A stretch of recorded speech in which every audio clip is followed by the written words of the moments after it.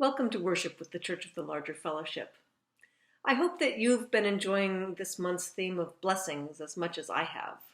I've really enjoyed the opportunity not only to reflect in worship, but to reflect personally and to post on Facebook with the hashtag CLF blessings and to read the things that other people have posted. It's been a lovely practice to sit with that recollection of the many blessings that are part of my life. And certainly this community is a big one. So this week, as our final homily, our final service for the theme of blessings, we look at the ways that we ourselves become blessings, how we offer ourselves to the world as blessings. I know that you are a blessing. Come, let us worship together.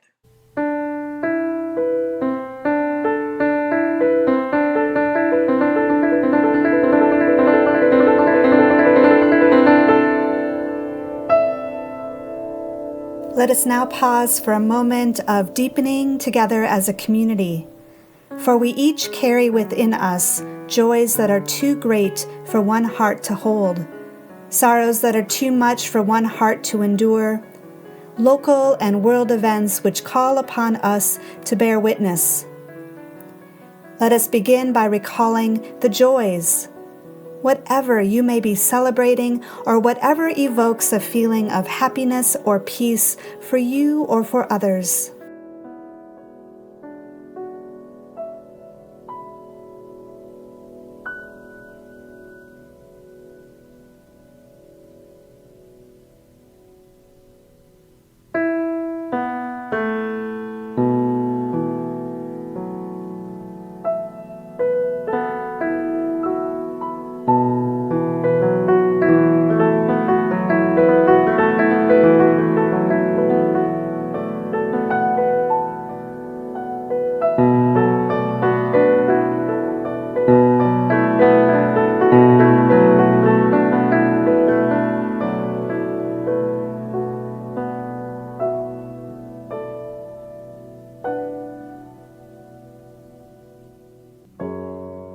Now let us recall our concerns and sorrows, whatever you or the world may be holding that is in need of our healing and caring thoughts.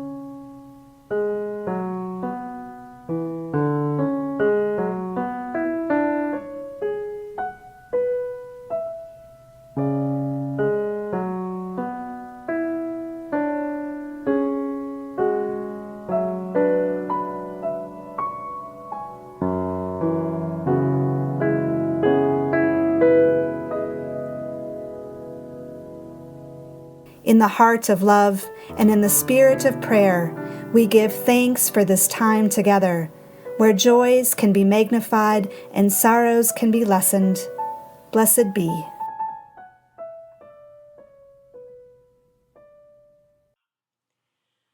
I'd like to invite you into the spirit of prayer, of meditation, of coming into your own center, into calm, into awareness of your own breath, which is the shared breath of this planet. And in that place of centering, of awareness, I invite you to call to mind an image that makes you feel blessed, that makes you feel held, connected, open. Perhaps it's a piece of music, perhaps it's a place of beauty, perhaps it's the experience of stroking a beloved pet, of snuggling with a beloved human.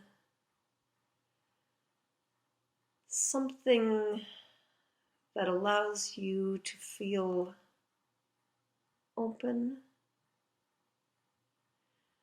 something that allows you to feel loved, and to just sit for a moment in the presence of that, whatever it is, that gives you a sense of warmth, of joy, of knowing that you most deeply belong.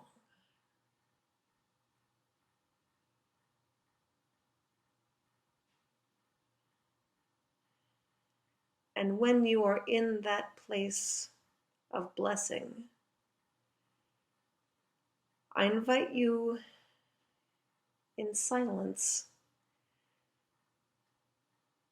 to offer that sensation from your heart to the world, to open yourself so that that love, that gentleness, that warmth, that peace flows from you as well as into you. A continuous stream of connection, of openness, of blessing in each breath, receiving, in each breath, sharing.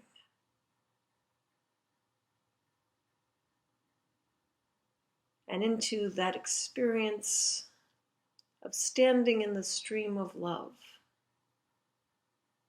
we say, blessed be. Amen. So may it be.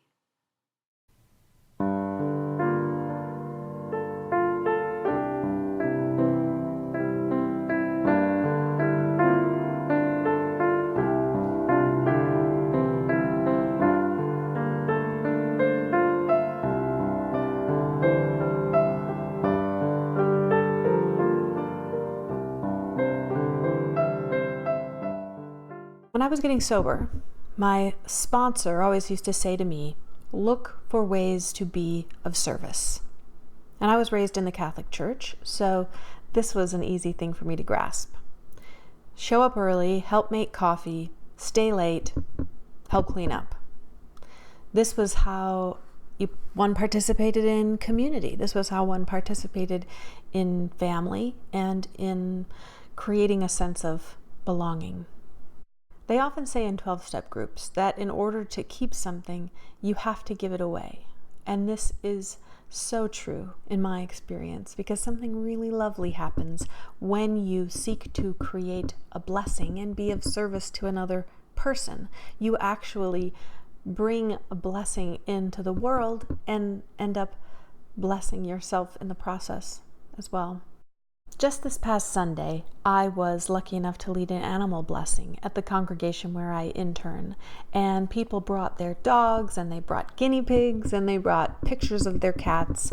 And one by one, they came to the front of the congregation. And I was able to offer them a blessing. And I just turned to them and looked them in the eye and looked their animal in the eye. And I said, you are blessed, and you are a blessing. And every time I did this, and there must have been maybe 20 people with their animals come forward, every time I did this, I felt myself blessed. I felt the warmth of that love and acceptance fill my heart as well. And it just built upon itself, and I just started to feel giddy by the end of it. So many blessings in the world. Just felt like swirling around us in that environment. One of my favorite benedictions is, your words are God's words. Your hands are God's hands. Your feet are God's feet. Which isn't to say, of course, that you are God. Sorry to disappoint you. But it does speak to our experience of God in the world, which is in community, in relationship. And it means that you might be somebody's only experience of the holy today. You might be somebody's opportunity to experience the sacred, to experience being cared for. That experience is a blessing. And we can all start with what has been given to us. And I'm not talking about material possessions. I'm talking about giving away that which has been given to us. What blessings have we experienced in our lives that we can give to another person? Maybe this is a smile. Maybe it's a hug. Maybe it's words of affirmation, saying I love you to someone. Or maybe it is making a pot of soup and bringing it over to a friend who is sick, because we remember when somebody did that for us and how much that meant to us. Or giving somebody a ride whose car is broken down. These little moments are so meaningful. So I want to ask you, what is one thing that you can do this week to offer a blessing to another person? How can you be of service? And it might be so small. We can start so small. We can remember somebody's birthday and call them up on the phone. We can send a text message to somebody that we know who has been sick. We can look for ways to create a blessing in the world. Mahatma Gandhi famously said, "The best way to find yourself is to lose yourself in the service of others." In this world where there is so much sorrow and so much pain, these simple acts of service not only create a blessing in the world, they remind us of the goodness inside of ourselves, connect us to that essential goodness that remains unchanged. No matter what happens in the world around us, that spark of the divine remains unchanged, unaffected. And if we can connect with that, if we can all connect with that and create more of that in the world, it helps us connect with the goodness inside of ourselves, the holy and the sacred that cannot be extinguished no matter what happens. It has been a huge blessing to me in my life to have the gift of acceptance from others, to have people who made space for me to be my full self, my whole self, and to get connected with that goodness inside of myself. People who accepted me just as I am and loved me just as I am.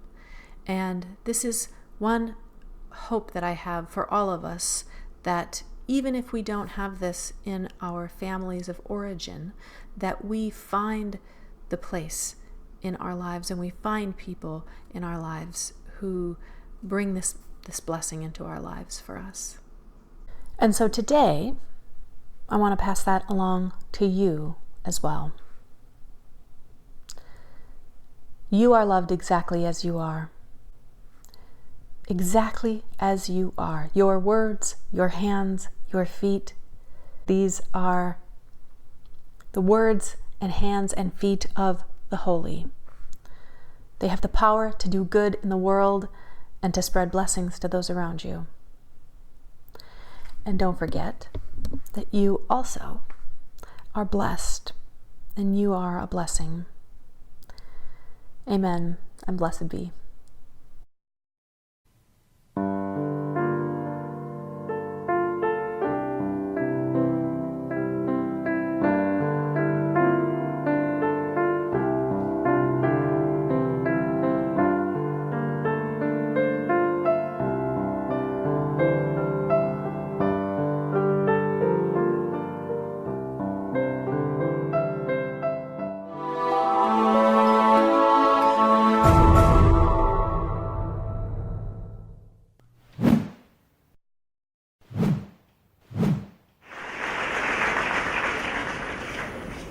When I was 12, I started to volunteer in Ilan, a nonprofit that helps people with physical disabilities.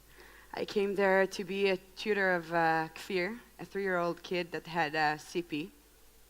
He couldn't walk, talk, or eat, or do anything on his own, but mentally he understood everything. And before I met him, I was a bit scared because I never worked with someone with disability, and I wasn't sure that I'll know what to do with him. But when I first met him, I saw his big smile, face full of freckles, big brown eyes full of love, and we really fell in love with each other immediately. It was truly love at first sight. We used to do everything together. We used to play, to sing songs, to read books, to watch movies, and my visits grew from once a week, 1 hour, to 3 times a week, 3 hours each. And he was like a brother to me, and his family became a second family to me. They actually shaped the way I looked at life. They made me understand that there is no such thing as disability, and that we all have disabilities. They looked at Kfir as if it was 100% perfect, and it was because Kfir loved himself and was very proud. And their house was full of love all the time. Growing up next to him brought up 3 major concerns to my mind. The first was about the future. What will happen when he'll grow up? Will he ever go to do military service? Will he ever go to the university? Will he ever get married?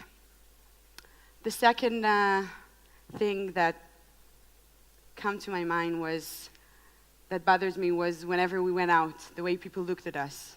People will always look at me as if I was a teenage saint, helping the disabled poor child. And people, whenever they looked at Kfir, they only saw the wheelchair. They never bothered to see how smart, funny, stubborn kid he was. When I was 16, I joined LEAD, a leadership development program for 16-year-olds. And I was asked then, what is the one thing in the society that bothers me the most? And to think of the best solution to that need I identified. I had a lot of things that bothers me back then, and I had 2 meaningful conversations. One was with Eliav, the CEO of the organization. He came to me and said, Adi, you're doing an amazing work with Kfir. You're so meaningful to him, and he's so important to you. But what about all the rest of the kids with special needs in your country that never met Adi? And of course, what about all the Adis out there that never had a chance to meet someone like Kfir? And another conversation I had was with Kfir's mother, Claudia. And she said, why won't you start something for Kfir and his friends? Something that they can play. And for us, we'll have 1 day, once a week for ourselves, the parents. And then I understood that Kfir's biggest need was his biggest strength. He had an amazing social skills. He was always the center of everything. He had a great sense of humor. But his natural opportunities for childhood was very different than mine. He cannot just pick up the phone and call a friend and meet and play. He cannot just go to the park on his own and play with friends. And through him, I met a lot of kids with special needs, and I saw that they feel very isolated. They feel very lonely because they don't have friends. And then I decided I want to create a youth movement so that every child in Israel, no matter what kind of disability he has, because as I said, we all have disabilities, will have the opportunity to have social life and to have friends and to be meaningful for the community. And I had no idea how to create a youth movement. I never done anything like that, and I was only 16. I met another friend named Uded. We decided to call this youth movement Krembo Wings. Krembo is a Israeli sweet, and wings, so we'll spread our wings. And we've started really small. We had the first branch in my hometown in Hod HaSharon. We gathered Kfir's friends and our friends, and I duplicated the model of Adi and Kfir into a group, so it was a personal tutoring in a group. We met once a week for 3 hours, and we just played. And then I understood that everyone has the right to play. And our vision was, and still is, together to create a place and meaning for every person in society. It became the greatest thing in our lives. And after a few months, I got a phone call from Liat, a friend in Be'er Sheva. She was 17 back then. She called me and she said, Adi, I'm babysitting Gal. She has Rett syndrome, and she doesn't have any friends. We should start a branch here in the south in Be'er Sheva. So we started a branch in Be'er Sheva. And then I got another phone call from my friends at the north saying that they're volunteering this special school, and the kids there, their dream is to wear uniforms, to sing songs, to go to summer camp, to be in youth movement. So we started a branch over there. After 1 year, we had 4 branches with more than 150 participants. Thank you.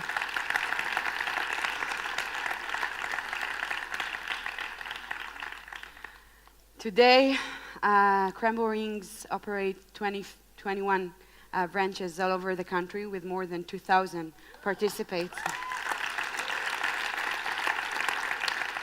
In 2009, we were honored to receive the Presidential Award from our President Shimon Peres for leading social change in Israel.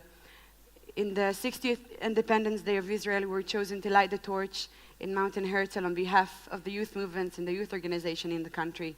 And in 2010, we were chosen to be the social movement of the decade by Maariv. Thank you. Kfir died 6 years ago at the age of 11 and a half.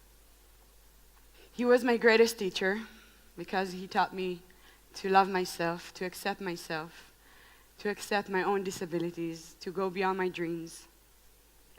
And through him, I learned that I can create a change. He was my greatest leader because he led me to create this change.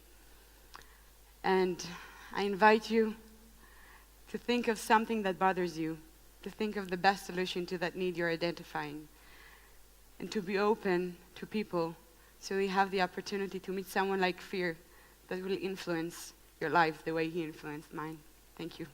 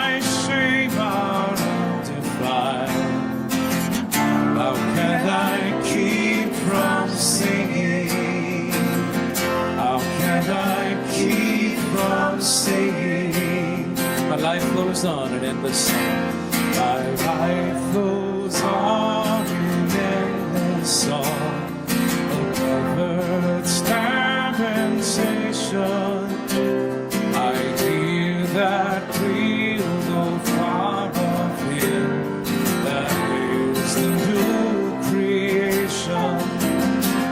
Through all the tumult and the strife, I hear that music ringing. It sounds and echoes in my soul.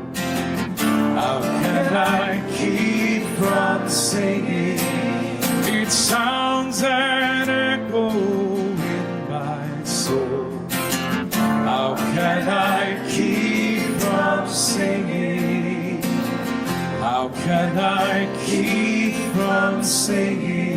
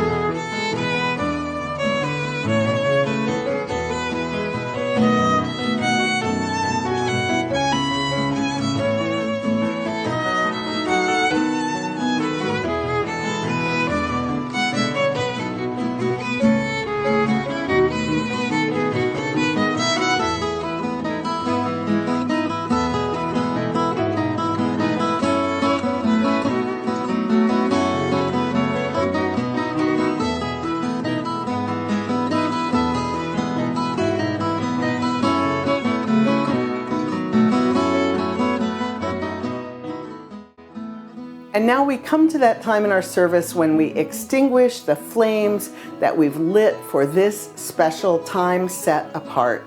But never do we extinguish the flame that burns eternal, the flame of love, the flame of our commitment to a just and caring world. If you carry that flame, please touch your heart and say to yourself, I carry the flame, and allow that flame to burn bright. This little light of mine, I'm gonna let it shine. This little light of mine, I'm gonna let it shine. This little light of mine, I'm gonna let it shine. Let it shine, let it shine, let it shine. Everywhere I go, I'm gonna let it shine. Everywhere I go,